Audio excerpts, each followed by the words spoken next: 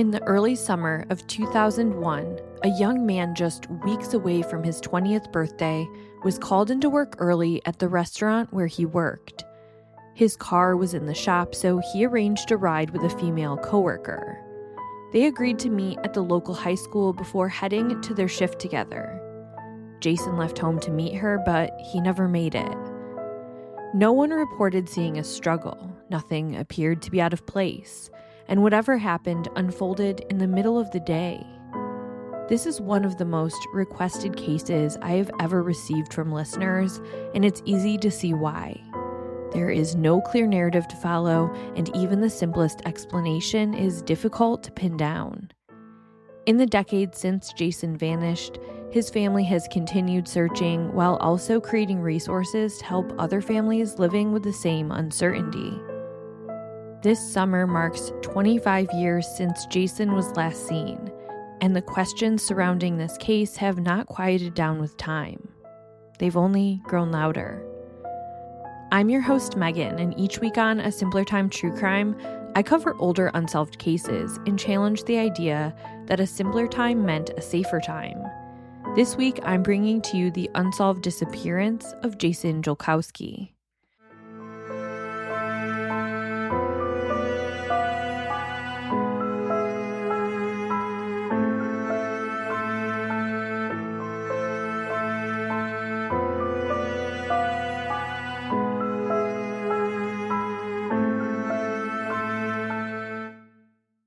Before I get into today's episode, I want to give background on a few tools I use to help better share this case with you. So in addition to all the original reporting on this case that I have linked in the show notes, I also reference comments made from Jason's mother, Kelly, and most of those come from an early episode of the Unfound podcast, which I've linked because it's one of the more in-depth interviews and does give information that otherwise isn't out there. In addition, I share a brief audio clip from the YouTuber Crime with Kate, which her full video episode is also linked. And finally, there is a YouTuber, True Crime Treadmill, who actually walks and records Jason's walk. And I've linked her video as well because I think you'll find the visual really helpful to see just what his path was that day. Okay, with that, let's get into it. June 13th, 2001 was an ordinary Wednesday for Jason Jolkowski and his younger brother, Michael.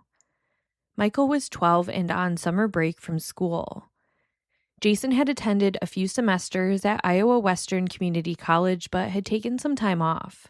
The primary issue was money, and so Jason was working to try to make money to go back. He had been successful, and he landed a job that he was going to be starting soon, one that offered tuition benefits, and so he had re-enrolled for that fall. In the meantime, he was working as much as possible to keep earning income. The Jolkowski family lived in the Benson neighborhood of Omaha, Nebraska, and Jason had graduated from Benson High School. From their neighborhood, it was only about a 10-minute drive across the Missouri River into neighboring Iowa to reach Council Bluffs, and that's how you would get to the college Jason attended. According to Jason's mother, Kelly, he had a learning disability and school had its share of barriers for him, but he was excited about the path he was on. He tossed around the idea of either being a sports broadcaster or a DJ, and he already had worked part-time at the local radio station, KIWR 89.7 FM, The River. It was actually the campus radio station. He was very loved at that job. His coworkers said he was a mixture of quiet but funny and nice. His on-air name was JJ, and he had a knack for remembering sports stats and trivia. When he was on air, his quiet disposition shifted, and he was absolutely in his element. His fellow DJ, a person named Sarah James, told the paper, when he was on the air, he was so enthusiastic and so peppy. He would do anything for anybody. Kelly talked about when he was first getting started and figuring things out, he used to have his brother call in as a listener just to kind of build up his audience and make it seem like he had more people. But over time, he didn't need to do that anymore, and people really loved listening to him. His mother, Kelly, has publicly shared a clip of Jason from this time on the river, and I think it's so amazing to hear his voice and the sound of him when he was feeling and doing his best. So here it is. 89.7 The River, the new music evolution. My name is JJ. We're in the middle of 8 in a row. We got music coming up from REM, Papa Roach, and whatever else you want to hear. Let me know. 323-4100 or pound 48970, your Verizon wireless phone. And that's how you're getting it done. That's what makes you just a little bit happier. And that's my goal around here, is to make everybody as happy as I can. Here's some Sick Issue from Red Hot Chili Peppers on the river. I mentioned that besides being a DJ, he wanted to be a sports broadcaster, and Jason was a huge sports fan, particularly his love of the Chicago Cubs as well as his hometown Nebraska Cornhuskers. His mom said his brain was incredible, and you could ask him any random stat about the Cubs, like who won the World Series in 1953, and he could just immediately tell you. God and his Catholic faith were also central to Jason's life. He and his family were members of Holy Name Catholic Church. According to reporting in the Omaha World Herald, Jason's church participated in what's called perpetual adoration, which in the Catholic faith is where someone is at the church praying 24/7. Jason dedicated hours to this each week and would often take shifts when somebody else couldn't be there. In addition, one of the associate pastors at the parish told the paper that Jason had been thinking about joining the priesthood and had even been in touch with an order out of St. Louis. That man, Reverend Edward Vela, said, quote, "He was a prayerful kid, very friendly, very quiet." Jason was often a lector at the church and had been just the Sunday before he would go missing, reading Proverbs 8:22 through 31 and Romans 5:1 through 15. And beyond faith, there was his family. One of his friends would later tell papers that he would be on the phone with her and pause the conversation just so he could go and tuck his little brother into bed. Family was everything to Jason, and it always came first. Shifting back to that June day, both boys were home and their parents were at work. Jason was supposed to go to work later that afternoon to his job at Fazoli's restaurant. Fazoli's, if you're unfamiliar, is a fast casual chain of Italian-American dishes. I don't have any Fazoli's up here in New York State. I hear they're more popular in the South and Midwest, so I had to look them up to better understand. Like many food service jobs, Fazoli's was regularly shorthanded, and they were on this day too. So they asked Jason if he could come into work early. He could, in theory, but he was going to have a difficult time getting there.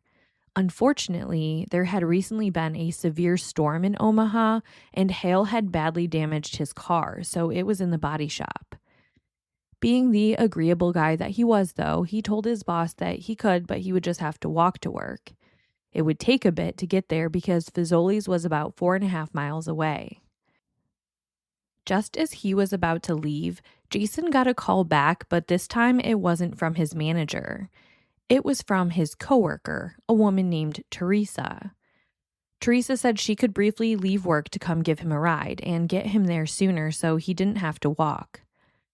Teresa didn't know exactly where Jason's house was, and he wasn't the best at giving directions.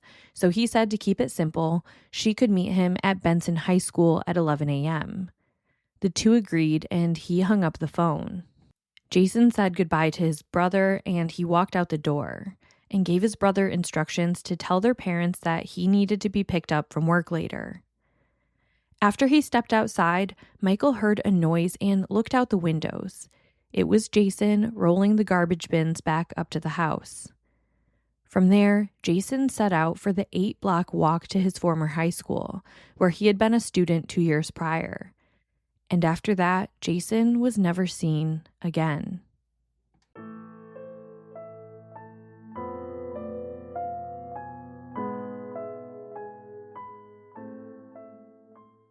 Teresa got to the school at 11, and Jason wasn't there.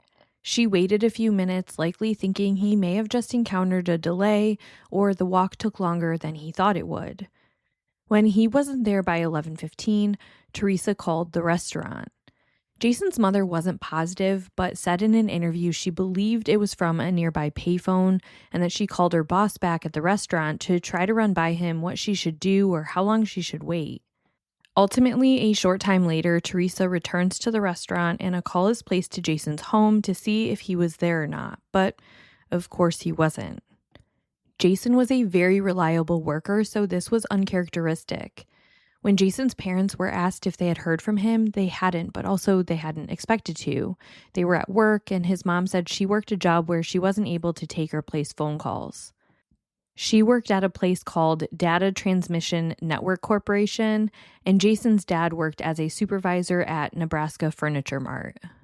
As the evening wore on and nobody had heard from Jason, concerns grew.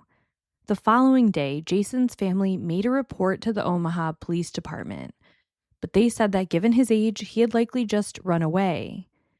Years later, Kelly said she had understanding for the statistics around missing persons cases and how often people, especially people her son's age, get reported missing and do turn back up fairly quickly. So she gets it. Honestly, in her interviews, she offers a lot of grace, but the reality is this mindset was costly in the early search for Jason. You see, police did not tell the media to be on the lookout. They didn't retrace his route.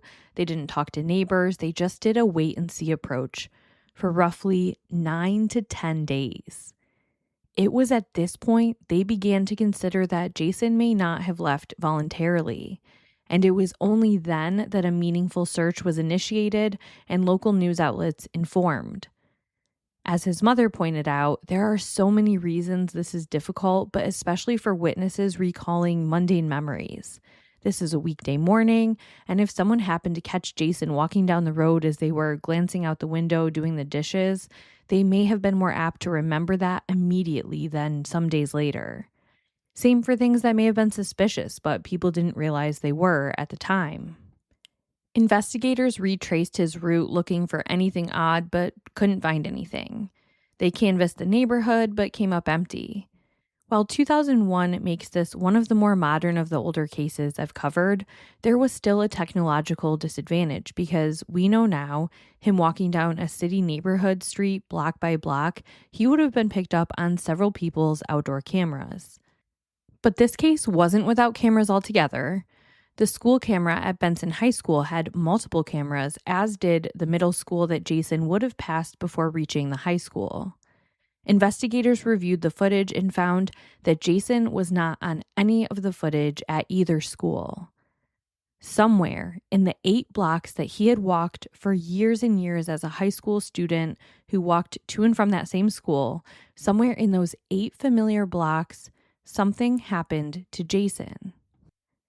Kelly was asked what the neighborhood was like during her episode on the Unfound podcast, and she said that their particular neighborhood was fine. It was older, well-established, and it had mostly single-family homes, it was all residential. You had to go a few blocks to get to anything commercial. She said if you went a few blocks in certain directions, the houses could get a bit more run down and the areas could get a bit seedy. My summary in words, not hers. And also that once you were about a mile out, you could hit areas that had pretty significant gang prevalence. But for those 8 blocks, she said you'd encounter some rundown houses and some places that were less kept up than others, but that she would have felt safe walking and Jason always felt safe walking there too. Taking into consideration for a moment other safety concerns that Jason may have encountered on his walk, it's mentioned quite often in articles for this case that this area of Omaha had quite a few sex offenders. And of course, I'm just talking about registered sex offenders that have been caught and we know about. Police did speak with some sex offenders and even searched the house of one, but it didn't produce anything of value. Jason may seem like an unlikely person to kidnap. After all, he's a grown man and not a child. He was about 6'1", but keep in mind that he was lanky, only around 165 pounds, and his mom said he was so trusting, so low conflict, just a very sweet guy. So she does think that he could have had vulnerabilities because of his disposition. In interviews, Kelly also dove deeper into his learning delay, and the more she described it, it sounds like he had a combination of an auditory processing disorder and that it also impacted his speech a bit. She said at times he could carry on a conversation fine, but if he got in a room where there was a lot of different noise sources, like say you were outside and suddenly a plane flies over and a car drives by, he might completely miss out on what you were saying or have difficulty responding. She said that because of this, he was bullied in school at times. But overall, he may present, because of some of his speech delays, as having a mild intellectual disability, but he's actually significantly above average intelligence. In interviews, his parents would say that all of this may or may not have contributed to his disappearance, but that it was a possibility. Let's quickly revisit police's initial theory of him running away. His parents and grandparents said that while he had stressors, he was balancing things like any other young adult. His new job was giving him hope for a way forward. His father said his religious beliefs gave him great comfort. And from other practical clues, nothing really pointed that way. When he left his house, he was wearing his black pants that were part of his uniform, his black dress shoes, a Chicago Cubs t-shirt, and a baseball cap. Some sources say it was a Sammy Sosa shirt. That's hard to say. And then he was carrying his work shirt. So not exactly runaway clothing. I think every man who's listening to this would agree that if you had to pick a outfit where you're walking away from your life, it wouldn't include your dress shoes. He also only had around $60 cash on him. He had significantly more money in the bank account, which he never touched again. And why wouldn't he wait for his car to be out of the shop if he was going to leave town? Jason also completed his chores that morning, something he probably wouldn't have worried about doing if he was planning on leaving. Jason had a cell phone. I wasn't able to tell for sure if he had it on him that day or if he left it at home, but the way it's reported on leads me to believe that he had it on him because they all say he hadn't used it since his disappearance, and if it was left behind at home, I feel like they would just say that instead, because obviously if it's left at home, he couldn't be using it. Right now, in 2026, our cell phones are on us 24/7, and they are powerhouses for data on us of all types. But that information comes in handy when someone goes missing. Back in 2001, it was a totally different story. Police could request call records to see who someone called or who called them, and sometimes which cell tower handled that call. But that information only existed if the phone was actually used. If a call or text never happened, there was often no new data to follow. Real-time tracking and phone pings weren't tools investigators could really rely on yet, and most phones didn't have GPS built in. Even tower information was broad, often covering several miles. Today, investigators can obtain detailed location histories, track movement between towers, or ping a phone in real time. But in Jason's case, once his phone stopped being used, it essentially disappeared from the digital trail investigators might have followed. Based on some of the reporting I could find, it seems as though police did do their due diligence in checking phone records just to see who he was corresponding with in the days leading up to his disappearance, but that didn't lead anywhere. Jason's 20th birthday came and went without him. So did Father's Day. Just before he went missing, he had purchased a gift for his dad and stashed it away in his closet. He had told his brother Michael about it, and I just can't even imagine how difficult that was for his father to process that and see the gift his missing son had picked out for him. In the early weeks of the investigation, scent tracking dogs were brought in without much luck. This was another thing that Jason's mother said she felt disappointed had been so delayed because the reliability and scent trail, it was just kind of off all that time later.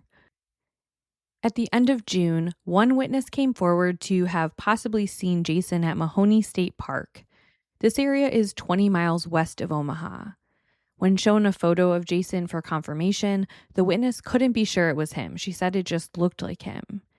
Police searched the area thoroughly but didn't see any signs of Jason, so that seemed to be a dead end. And that's all they continued to run into. Police felt this case was just baffling. It sounds cliche, but Jason is one of those into thin air, without a trace cases. But the Jolkowski family and their extended community, they were not giving up. Kelly is pretty tech savvy, and she created a website in July of 2001 called Prayers and Posters. Back then, websites and the internet weren't used as much as a missing persons tool as they are today, so Kelly was a real early adopter of this. The website gave information on his disappearance, a space for people to ask questions, as well as an FAQ page, and it quickly spread nationwide. Meanwhile, both Kelly and Jim Jolkowski's employers had organized a reward fund and helped print and distribute flyers, and the church draped yellow ribbons all over trees and telephone poles. Kelly and Jim gave interviews and even spoke to the River radio station where Jason had worked. They said, quote, "We feel someone somewhere knows something about where our son is. We have to find that someone who may have seen something," end quote. As the weeks went on, the reporting on the case also dwindled down a bit, and Kelly said she would hear from people that they hadn't heard of the case or that because they no longer saw it on the news, they thought it was solved. So the family was very determined to keep Jason's case in the public eye. There were benefit concerts, prayer services, bike rides, advocacy events. His mom made business cards. She networked everywhere with missing persons organizations, and eventually she was able to even get his case featured by John Walsh. His grandparents wrote to the paper with a plea for information, saying many have been asking about our dear missing 20-year-old grandson, Jason Jolkowski, who disappeared from his Omaha home on Wednesday, July 13th, 2001. His parents are Jim and Kelly Jolkowski of Omaha, formerly of Grand Island. To date, after 4 months, we still do not have any idea or clues to what happened to him or where he might be. Our plea now is that everyone who has access to a computer visit the website created by Jason's mother. We ask that after viewing, everyone please pass on the website address to everyone in their address book. If they in turn would pass it on to all of their email connections, this will help spread the word nationwide. So yes, before social media, it was chain emails getting the job done. And it worked. They were getting contact from everyone. One woman even said she was from way across the other side of Canada, but that she was doing the rosary 4 times a day for Jason and that she had a candle lit that was going to stay lit until he was found. Despite all of this support, though, life ticked on for others as the Jolkowskis felt stuck in place. Just 3 months after Jason's disappearance, the country went through 9/11, and much local and national reporting focused on that. And then the holidays rolled in. Jason missed his first Christmas, and 2001 turned into 2002. And even though the days crawled along for the loved ones who missed him, the 1-year mark hit with no signs of Jason or what happened to him. At the 1-year mark, the family spoke of their grassroots campaign to find Jason, and not only Jason, but to leverage their experience to help others in their shoes. On the website, Kelly had linked a law that had recently been passed in Iowa that she was hoping to have passed in similar fashion in Nebraska. According to reporting in the Grand Island Independent, the assistance provided by that law in Iowa included a 24-hour toll-free hotline to report missing people, sightings of those people, and to request information about them. It included education materials and a website, like a full database that would have all of these missing persons, feature a photo, descriptions, vital information. And so Kelly was asking people to visit the Finding Jason website, and she was asking for them to download a letter for their state representative. She wanted people to send that letter and ask that their lawmakers consider doing this in Nebraska. And just jumping ahead for a minute, Kelly was able to get Jason's law passed, and it helped address some of the issues she and her family faced early on. It required police to accept missing persons reports immediately, enter the person into national databases, and begin coordinating with other agencies right away. The goal was simple. When someone goes missing, the clock is already ticking, and families should not lose valuable time just trying to get their loved one taken seriously. During this process, she also established the nonprofit Project Jason. She decided that while her ultimate goal was still to find her son, she wanted to help other families in the process. So part of what Project Jason did was, it was a nonprofit. It was focused on practical and emotional support for families of missing persons, particularly adults, because she found that there was just such disparities in the reporting and the process and all of the search for missing adults versus if Jason had just been 2 years younger. So just a few things the organization did. It helped families create and distribute missing persons posters, taught families how to work with media and law enforcement. It ran volunteer awareness programs, hosted retreats for families dealing with the trauma of ambiguous loss, which is something that we don't talk about enough, and providing guidance on search strategies and case advocacy. One primary focus she had throughout the process was not only for people to have the resources for the search for their loved one, but also she wanted them to have the encouragement to care for themselves through the process. This was something Kelly had a large focus on. At one point, she made major lifestyle changes to feel healthier and stronger. She lost over 200 pounds, And she said she did that intentionally to try to just be better prepared amidst such pain and grief to literally be there, because she felt she was so unhealthy that if she didn't make lifestyle changes and care for her whole self, spiritually, emotionally, physically, she just wasn't going to be in the best position to look for Jason. So she focused a lot of her work in Project Jason on helping other families care for themselves as well. Something else Kelly put together was called 18-Wheel Angels, which trained truckers and provided supplies to them to pass out missing persons flyers throughout the country. Kelly also continued with policy work, advocating for things like hiring more police officers to investigate missing persons cases than the 1.5 FTEs that Omaha police currently had, and a push for more photos in missing persons databases, which sounds simple enough, but if you've ever searched through one, sadly you'll find many without pictures, and it's just hard for the general public to be looking for someone when they don't know what they actually look like. The work she did and has continued to do is truly incredible, and I haven't even scratched the surface on its impact. Kelly stepped away from the organization in 2018 and began to wind down its operations. But as I said, its legacy and impact live on. During its active years, Project Jason helped thousands of families navigate the early stages of disappearance, especially before social media and modern online resources existed. For a lot of families in the 2000s, it was one of the first national support networks specifically focused on missing adults, not just children. She once told the Grand Island Independent, quote, "I think there's a healing, a self-healing in reaching out and helping other people. I'm so blessed to get to do this work. It's a privilege to help people and affect things in their lives, and we get to do it in our son's name," end quote. It's so powerful, and I hope Kelly feels so accomplished in all the work she has done in Jason's name.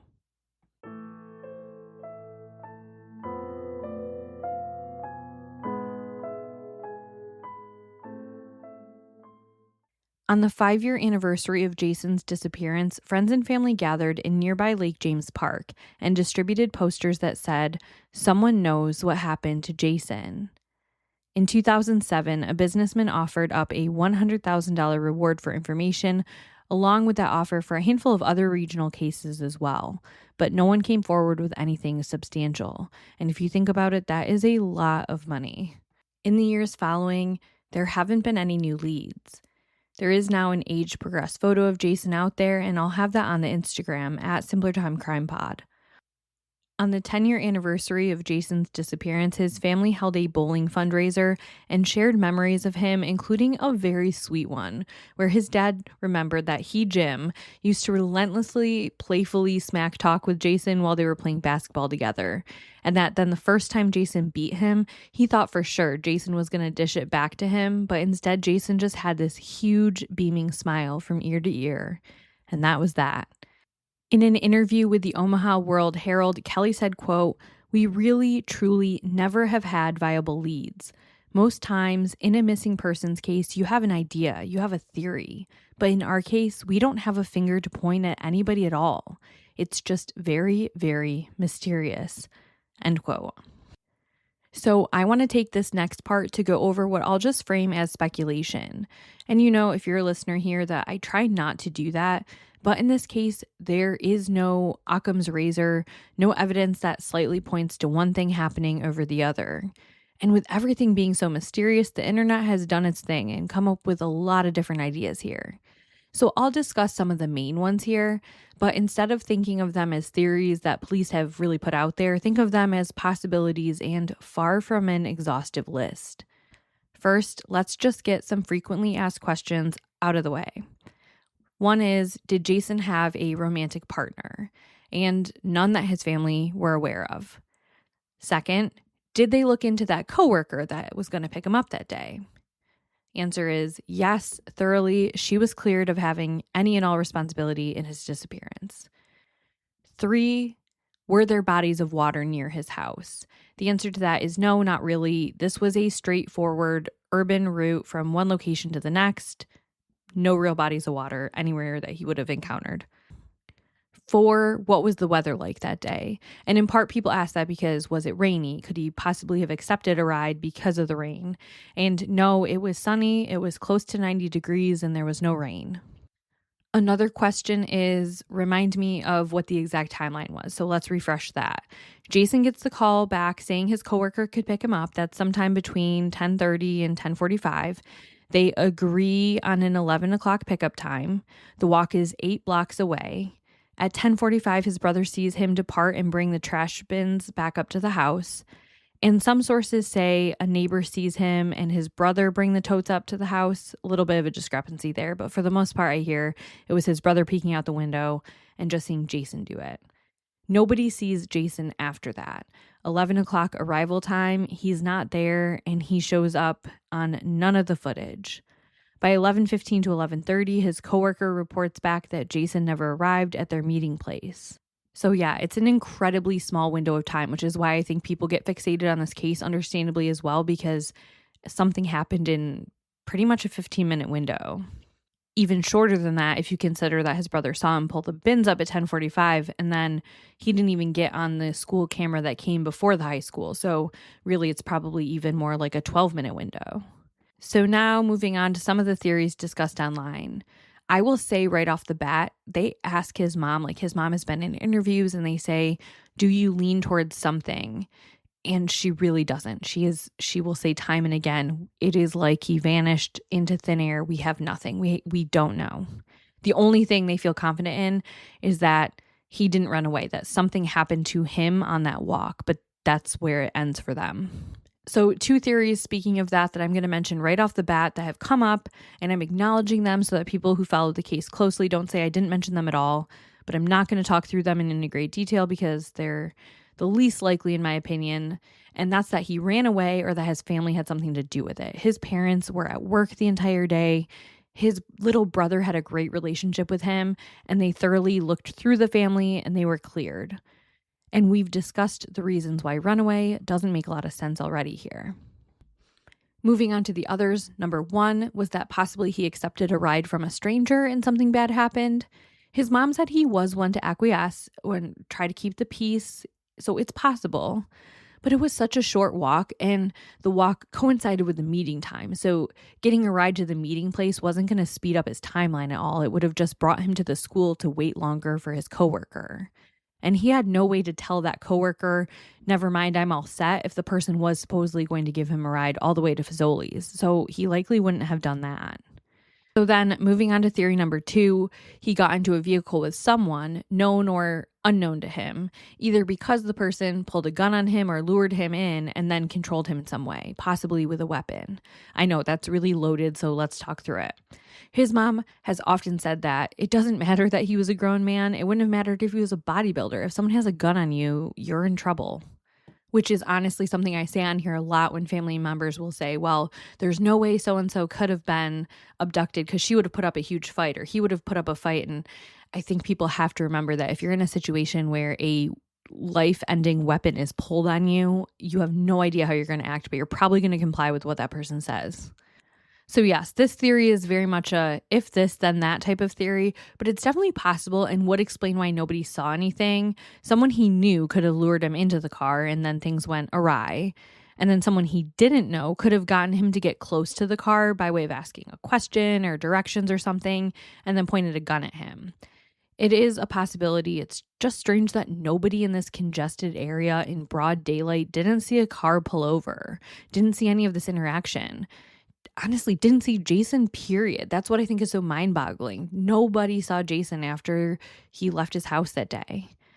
You know, there's almost always people out in a city, especially on a summer day. They're walking, they're gardening, they're biking. So that's been what's so difficult. But at the same time, I have lived in urban areas and I have walked around and passed a million people on the street, and I wouldn't necessarily always have someone stand out in my mind to remember them. So number 3, did someone in the neighborhood lure him up to their home and harm him? This is a possibility. Again, his mom said he could be a bit naive and trusting, and he would want to help someone. If a neighbor said they needed help, he may have done so. And that's where this gets tricky with the delay in searching for him, because a critical clue could have popped up from a neighbor in day 1 through 9, but the delay would have given a suspect in this scenario to really time to get their story straight, clean things up. I will say it's a widely held belief that somebody in Jason's neighborhood knows what happened to him that day and that someone within that neighborhood holds some responsibility. Another idea that comes up is that Jason was struck by a car in some sort of accident and that someone tried covering it up. Possible? Well, anything is, but slightly less likely, only because I think that would have drawn a crowd and it would have been harder to get away with. A sub theory of the accident theory, though, is that he went someplace in the neighborhood, had an interaction with somebody, and then he encountered an accident and the person concealed it. So in that scenario, it kind of suspends the disbelief you'd have about the visibility of a car accident if the accident happened at a residence and then the person just panicked.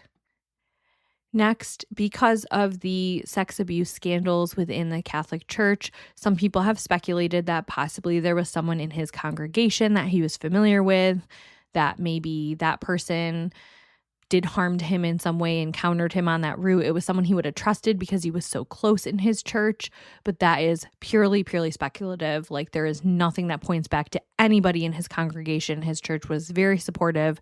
After he went missing, it's just, again, like any other theory, nothing you can rule in or out. It's there. It could be anybody that harmed him, and part of his social network was his church. It was a very important part of it. Lastly, for these preliminary ideas is that someone harmed him in a case of mistaken identity. There were lots of young men his age in the neighborhood, and just because it was safe did not mean it was free from drugs and other problems. It's difficult to test this theory. It's a possibility, but nothing points to it. Jason himself was not living a high-risk lifestyle, but with mistaken identity, that doesn't matter. Investigators on this case call it the most baffling disappearance they've ever worked. The disappearance of Jason Jolkowski is so baffling because almost every element investigators typically rely on is missing. There were no confirmed sightings of him after he left his house. No witnesses saw a struggle or a suspicious vehicle. There was no phone activity. No physical evidence pointing to what may have happened. The disappearance occurred in a residential neighborhood in the middle of the morning, yet no one reported seeing anything unusual. With such a short timeline, a populated area, and virtually no investigative leads, Jason's case remains one of the most perplexing missing persons cases in modern history. I'm going to end this episode by reading a passage from Jason's mom featured in forensic sketch artist Diana Trepkoff's book called Faceless, Voiceless. It reads, "Before June 13th, 2001, we were just an ordinary family living a peaceful, happy existence. My husband Jim and I worked outside the home, spent time with our two wonderful sons, attended Mass every Sunday, and enjoyed the company of family and friends. On that fateful Wednesday, our lives changed forever. Our family unit was brutally ripped apart when our oldest son, Jason, then age 19, disappeared without a trace from our driveway. His younger brother, Michael, was the last to see him dragging trash cans up from the curb while waiting for a carpool ride to his part-time job. No clues about Jason's disappearance have been found to this day, and circumstances do not point to him being a runaway. Words cannot describe what it's like to have a loved one disappear. We are not allowed a goodbye or one last hug. We receive no phone call or letters. We long to hear Jason's voice and know that he is doing well, but have only the endless grief of not knowing. The seasons come and go, oblivious to our constant pain. When icy winter covers the ground with its beautiful, deadly blanket of snow, we can't help but long to find out if he's safe and warm. Yet we are not allowed to know. Our faith in God helps us hope that he is safe and well, and let us know that we will see him again someday. We chose to go on with our life while striving to fulfill God's plan for our family. If you have any information on the disappearance of Jason Jolkowski from Omaha, Nebraska in June of 2001, please contact the Omaha Police Department at 402-444-5656 or Omaha Crime Stoppers at 402-444-STOP, or you can contact the FBI. Tips can be submitted anonymously and may be eligible for a reward. This has been another episode of A Simpler Time True Crime. If you appreciate the work of this podcast, please leave a 5-star review on your preferred listening platform. Share the podcast on social media. If you're on Reddit and you see people asking for a new podcast to try, recommend this one. You know the drill. If you wish to support the podcast monetarily, you can do so via my Spreaker Supporters Club. The link is at the bottom of the show notes, and this gets you ad-free episodes when listening in the Spreaker app or logged on in the Spreaker website. I will also be adding additional bonus episodes throughout the year for supporters. Case suggestions can be made to simplertimecrimepod@gmail.com, or you can DM me on Instagram at simplertimecrimepod. Each week, I post case photos on there, so be sure to follow so you don't miss them. As always, thank you so much for listening, and I'll see you again next Monday.